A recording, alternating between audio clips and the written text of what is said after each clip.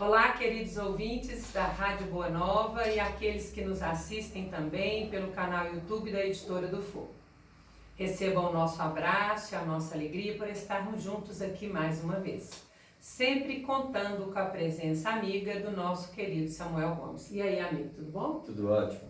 Desejando aí muita paz no coração de todos. E um bom estudo para nós hoje, né? Quem nos acompanhou aí na semana passada, foi um programa excelente. Ficamos na primeira pergunta do livro que nós estamos estudando desde semana passada, que é o livro Notícias de Chico, psicografado pelo Samuel, e o autor espiritual é o próprio Chico Xavier.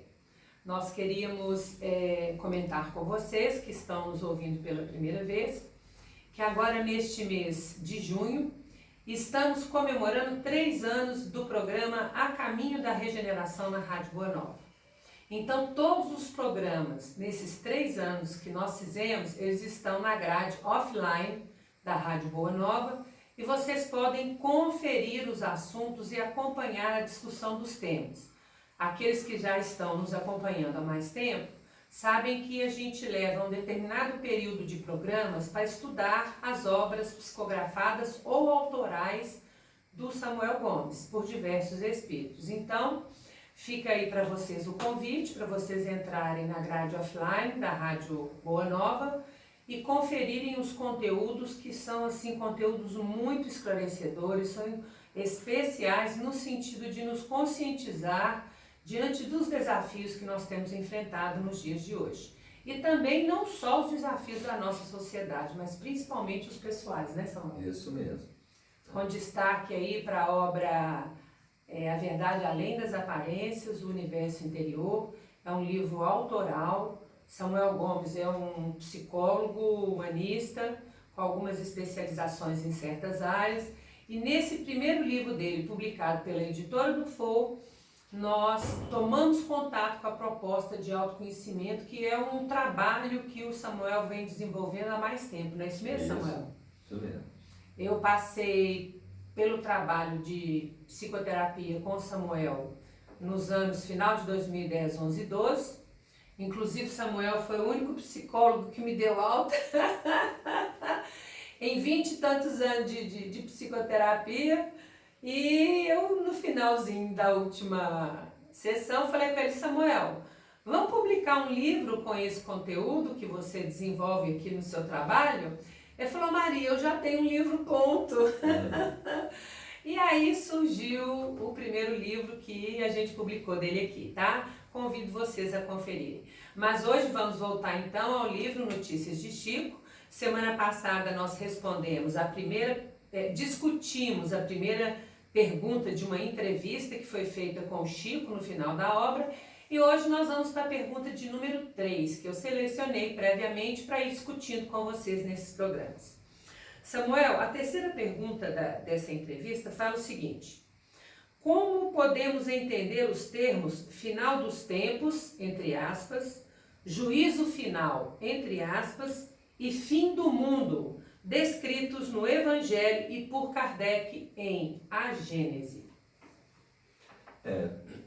Toda a perspectiva que tem um final é porque teve um início. Então, isso quer dizer que passou por um processo de programação.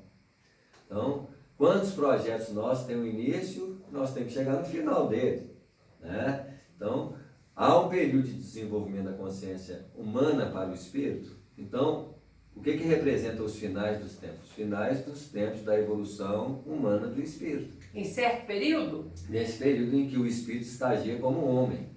Como a regeneração é o resgate do espírito como espírito, então eu vou me identificar com a minha natureza espiritual, os finais dos tempos é o final das características das imperfeições, o final das características humanizadas, o final das características desse estágio de evolução que foi programado pelo Cristo e que se estende no processo da evolução para o despertar espiritual da criatura.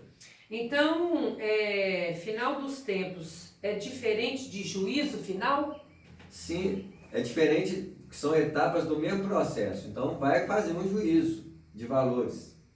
Vai fazer uma elaboração, uma avaliação, uma apuração de valores de quem conseguiu estabelecer o despertar desse processo para passar de um final para um novo começo, que aí vai ter um novo começo, um novo final. Um novo final de tempo, só lá na frente. Aí lá na frente do período de regeneração vai ter um Isso. novo final. Aí vai para mundo ditoso, mundo celeste, mundo divino. Então, quantas etapas existem? Iniciando e terminando. Então, fim do mundo quer dizer a mesma coisa que final dos tempos. Isso, fim do mundo de imperfeições, fim do mundo material, fim do mundo, né? Que são etapas estabelecidas em processo de crescimento. Né? Você vai construir um prédio, tem etapa, vamos fazer o alicerce? Então a primeira etapa, finais dos tempos, acabou o alicerce. Fez o acabamento e pode morar. Então são etapas de desenvolvimento da criatura, que são feitas por períodos. Então existe um período anterior, os finais dos tempos da primitividade, que era um mundo primitivo. Existe um início, aí teve finais dos tempos da primitividade para o início de prova e expiação. Então, o período de prova e expiação, que é o desenvolvimento humano e espiritual, ele também tem seu estágio de desenvolvimento, de nascimento, desenvolvimento e fechamento. Aí vai fechar o ciclo. Fechou o ciclo, abre-se um novo ciclo. Então, vai começar um novo ciclo, um novo final de tempos. E assim vai passando o processo de desenvolvimento espiritual. Samuel, nessa nova fase da Terra, da regeneração, não haverão provas e nem expiações ou só não haverão expiações? Provavelmente vai acabar a expiação porque o nível de erro e o nível de desequilíbrio são menos. Mas o que a gente pode caracterizar hoje como exemplo de expiação? Uma atitude muito violenta, por exemplo. Mortes coletivas? Não, a morte coletiva não... Ainda está no campo das provas? Pode ser uma prova. Entendi. A expiação é o sofrimento que a pessoa Passa sofre por ele. em decorrência de uma atitude escolhida anteriormente. Então, dentro da lei de causa e efeito. Isso. Como eu não vou ter os espíritos que têm atitudes, mas não continuarão no planeta, então a tendência é que as expiações elas sejam cada vez o quê? Menos frequentes. E não só a expiação menos frequente, a própria característica da expiação ela é menos dolorosa. Mais suave. Mais suave, porque não é aquele tipo de espírito que quer causar o mal com a intenção de fazer o mal assim. Às vezes ele até erra, causa o mal, mas ele não queria aquele objetivo final. Vamos dizer assim, é igualzinho, tem uma vez eu estava lendo uma mensagem do Humberto Campos, de uma companheira que ela era muito boa, era uma pessoa dedicada a todo mundo. E o que ela fazia? Ela trabalhava, fazia as coisas e todo mundo pedia ela para costurar ali. Ela atendia todo mundo, não deixava de atender ninguém. E ela desencarnou, uma pessoa nobre, elevada, ela desencarnou e chegou no plano espiritual, os espíritos acolheram, bateram palma, né? Oh, que bom você, né? E aí teve um determinado momento que comentou, falou assim, pena que você desperdiçou linha. Nossa Eu Senhora! fiquei muito revoltado naquele... Poxa, ela desperdiçou linha? Mas aí depois eu compreendi. Eles precisavam... O desperdício de linha para ela é a expiação. É o processo que ela precisa melhorar. No dia que me cobrar desperdício de linha, eu estou muito evoluído. Eu tenho desperdício de comida, eu tenho desperdício de fala, eu tenho... De tempo? No dia que chegar no nível em que os meus erros são desperdício de linha... Nossa, mãe, agora deu um nó na minha cabeça. É porque são erros, é o que eu estou querendo dizer. Que é isso? Um estágio evolutivo, olha como é que é a expiação na regeneração, é desperdício de linha. Entendeu? Não é mais assassinato, não é desvio de dinheiro, não é prejuízo no esgoto que não foi feito. Calma, isso quer dizer o quê? Que ela costurou para quem não devia? Não, ela costurou, mas desperdiçava a linha. Ah! O erro dela está relacionado, não é com Entendi. atitude de maldade. Não, entendi agora. Porque o espírito sempre vai ter que evoluir. Então ela podia ter costurado as mesmas coisas e usado menos linha. Isso. Tá bom. Então, ela não falava mal de ninguém, pelo contrário. Não, entendi agora. Só que ela tinha que evoluir, gente. Então, o processo de evolução dela, o que é expiação nesse sentido? Para ela. economizar a linha. Que dia que vai chegar esse tipo de cobrança para nós? Não sei, só na regeneração. Entendi. Então, quando a gente fala de expiação e regeneração, nós estamos falando de um padrão de de soluções problemáticas muito mais suaves. É verdade. Muito mais... Mas que para a regeneração isso é importante. Isso é evidenciado. É interessante, Samuel, falar isso, gente, porque quanto mais consciência a gente tem, mais atenção a gente desenvolve nessas coisas mínimas. Isso. Né, Samuel? Vai chegar uma hora que você deixar de olhar para alguém com carinho é um problema.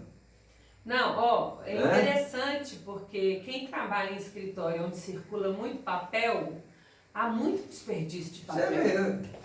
Então nós conveniamos aqui, né, fizemos um convênio aqui entre os colaboradores da editora, de que a gente nunca despreza um papel de bilhetinho, a menos que ele esteja escrito no frente e no verso. Aí eu ainda brinco com o pessoal, ó, se vocês não fizerem isso, vocês vão voltar a plantar árvore na próxima reencarnação. Eu acho que a gente faz mais por temor do que de voltar a plantar árvore. Do que ter a consciência da importância daquilo. Da importância daquilo. Como é que a gente treina, né, Samuel? Vamos lá, então. A quarta pergunta eu selecionei também, porque ela diz respeito a uma realidade que nós estamos vivendo agora. E eu acho importante a gente discutir essa realidade aqui no nosso programa. A quarta pergunta é a seguinte: os fatos de perturbação, violência, drogas, crimes extensos, acidentes, fenômenos catastróficos e demais ocorrências que observamos nos dias de hoje têm alguma relação com essas mudanças? Vamos ler de novo, porque só o pessoal que está gravando aí, só para a gente parar um pouquinho com essa... E tem uma gravação conjunta. Ah, é verdade, tem um anúncio de uma Kombi vendendo verduras. Vamos perguntar para o nosso técnico aqui, está dando interferência, amigo? Olha, ela dá um pouquinho sim. Ela fica assim mais no fundo, mas dá sim. Ó, eu vou deixar o vídeo rolar, né? Porque aí eu desconto aqui. Tá, não, aqui mas ela o vai vídeo ficar sem a referência de tempo, mas aqui eu olho, tá? Então tá bom, podemos continuar? Ele tá vendendo milho, né? Não sei. Mas se for pamonha, eu ia querer comprar. Tem que uma boa, né? Com um cafezinho. Agora já pode continuar, que eles ficaram longe. Então eu vou ler novamente a pergunta. O pessoal aí que está nos acompanhando no vídeo, aproveita o intervalo, toma também um cafezinho e a gente continua. Então olha lá, vou soltar aqui. Então a quarta pergunta eu vou repetir. Os fatos de perturbação, violências, drogas, crimes extremos, acidentes, fenômenos catastróficos e demais ocorrências que observamos nos dias atuais têm alguma relação com essas mudanças? Que mudanças? Final dos tempos, juízo final, fim do mundo. Isso mesmo. Tem? Tem, porque se os espíritos, eles estão fazendo a limpeza das trevas, e desde o ano 2000, diz-nos a espiritualidade, que espíritos das trevas não reencarnaram mais, mas não quer dizer que os espíritos umbralinos não reencarnariam, porque uma coisa é as trevas, que são os chefes de falange, aqueles denominados donos do mundo, né? Eles não reencarnam mais, mas o que acontece? Eles começam a fazer a limpeza das trevas e também fazem a limpeza do umbral. Só que a diferença entre limpeza de trevas e de umbral, os das trevas eles retiram das trevas para o processo de êxodo direto. Isso. E o do umbral, a limpeza do umbral é reencarnando. Então quando eles começaram a fazer a limpeza das trevas e com a limpeza do umbral, onde que é a limpeza do umbral? Vai reencarnando, vai reencarnando. Vai reencarnando quem? Espíritos com essas características. Então muita gente fala assim, nesses dias está tendo muito suicídio. É lógico, muitos espíritas com tendências suicidas ou que suicidaram se reencarnaram. Então, não é uma fase só por caracterização de uma fase em si. É porque esses espíritos já tinham essas tendências nos planos espirituais. Espíritos belicosos, espíritos agressivos, espíritos suicidas, com tendências suicidas. Então, toda uma margem de espiritualidades inferiores, eles estavam trazendo para a Terra e nós estamos aí diante. E quem é que recebe esses espíritos? Os mesmos que os influenciaram a fazer esse tipo de comportamento, Quem são? Nós, pais, avós, né? Que temos um certo comprometimento de tentar auxiliá-los. Nós vamos tirar alguém do suicídio? Podemos, talvez pela nossa influência, pelo nosso exemplo, né? Mas isso não é garantia que eles não vão suicidar, já que eles têm essas tendências, por isso que esse índice tão grande de acontecimentos nesse nível. Muito bem. É interessante a gente pensar sobre esse enfoque, porque é como se nós estivéssemos no auge da fervura do caldeirão. Próximo a ter que desligar porque chegou no ponto. Isso aí. Né? Mas ainda a temperatura ela permanece por um longo tempo. Isso quer dizer o quê? Então a partir de hoje não tem mais sofrimento, não tem mais reencarnação de espírito complicado, nada disso, né, Samuel? Isso. Tem sim, vai continuar tendo. Né? E nós já sabemos que muitos dos que reencarnaram no final do século passado, que hoje estão em plena fase da juventude, eles estão questionando a própria existência num índice assim assustador, né? O que nós podemos notar é que a transição planetária é uma transição de geração. Então, e nós estamos falando de gerações de espíritos encarnados. Se nós formos olhar, excetuando alguns países do Oriente, que tem uma juventude muito grande, a Europa e as Américas, a predominância dos espíritos são de pessoas adultas e pessoas envelhecidas. Isso quer dizer que se você pegar a população generalizada do planeta, a maioria dos espíritos, eles são espíritos mais adultos e envelhecidos. Se você fazer um percentual de contagem de tempo, do adulto e do envelhecido, vamos colocar uma média de 40 a 50 anos para a maioria desses desencarnar. Se essa maioria desencarna em 50 anos, vamos colocar um percentual pelo menos no mínimo de 60% de espíritos encarnados, é como se tirasse uma geração de espíritos encarnados praticamente completa.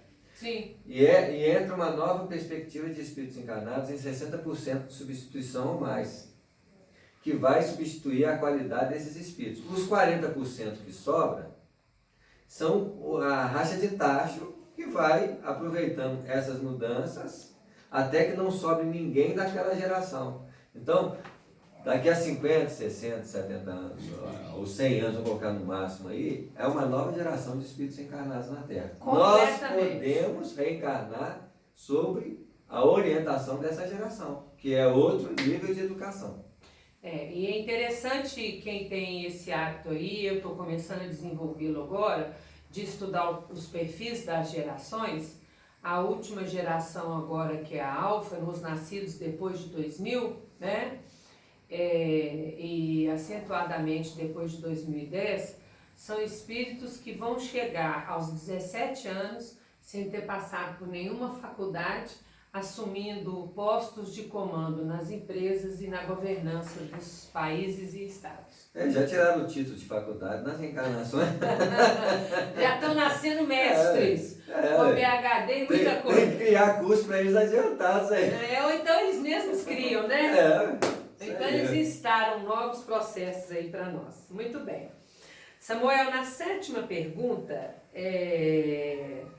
direciona mais a questão das provas para o Brasil.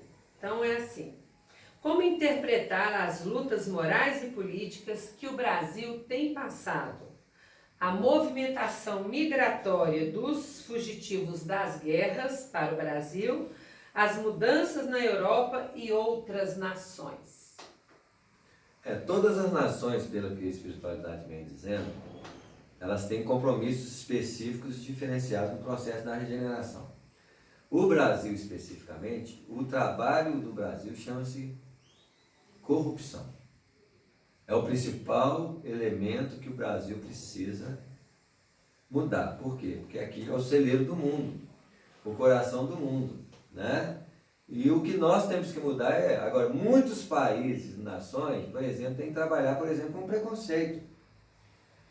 Acham-se nobres, elevados, e estão tendo que engolir um contingente de pessoas que estão fugindo de guerra e tendo que abrir espaço para eles.